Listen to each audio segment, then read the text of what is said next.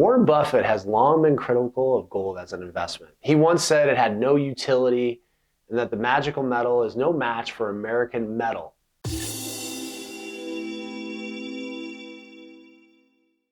He also said that anyone watching from Mars would be scratching their head over how we value gold.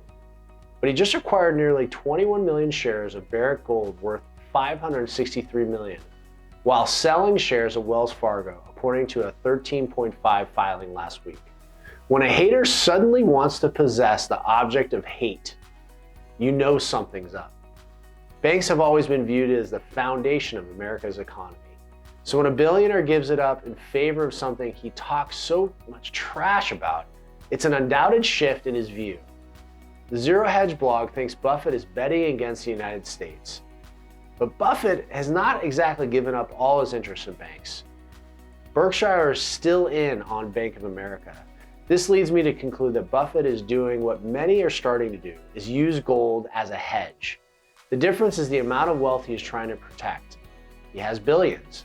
Needless to say, the US economy is struggling and he needs a lot of gold to back up those billions. So instead of simply hoarding gold, he decided to get a piece of Barrick's pie. This seems a common strategy among billionaires. Naguib Sawiris also decided to start buying mining sites because he knew that gold will save people's investments and he wants the world to buy it from him.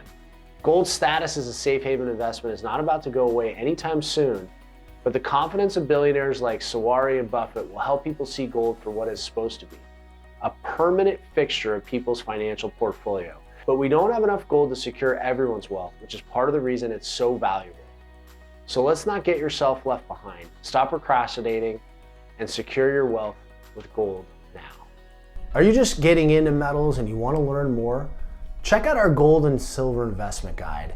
It has all the information you need, all the questions answered, and a really good read for someone just starting out. If you want to learn about investing in gold and silver, click the link below.